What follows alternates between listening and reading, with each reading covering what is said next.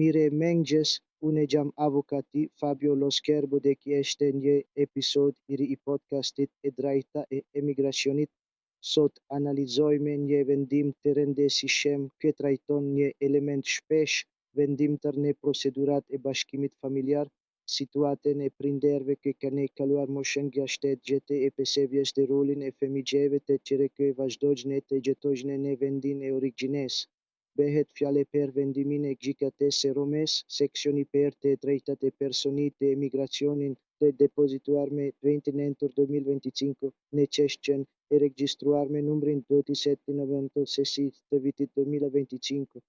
Rasti kishte të bënte me një shtetas maroken, mbajtës të legjes së qendrimit afatgjate të Bashkimit Evropian, i cili kishte marrë nga sportello unico per l'immigrazione në prefekturën e Rovigos autorizimin për bashkimin e të di prindërve.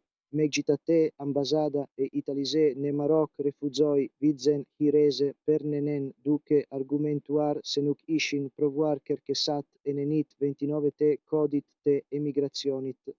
Gjykata e konfirmoi ligjshmërinë e refuzimit duke sqaruar një pikë që shpesh krijon pasiguri: dalimin midis statusit të prindit në ngarkim dhe statusit të prindit mbi 65 vjeç, të cilat gjeni alternativa dhe jo kushte kumulative.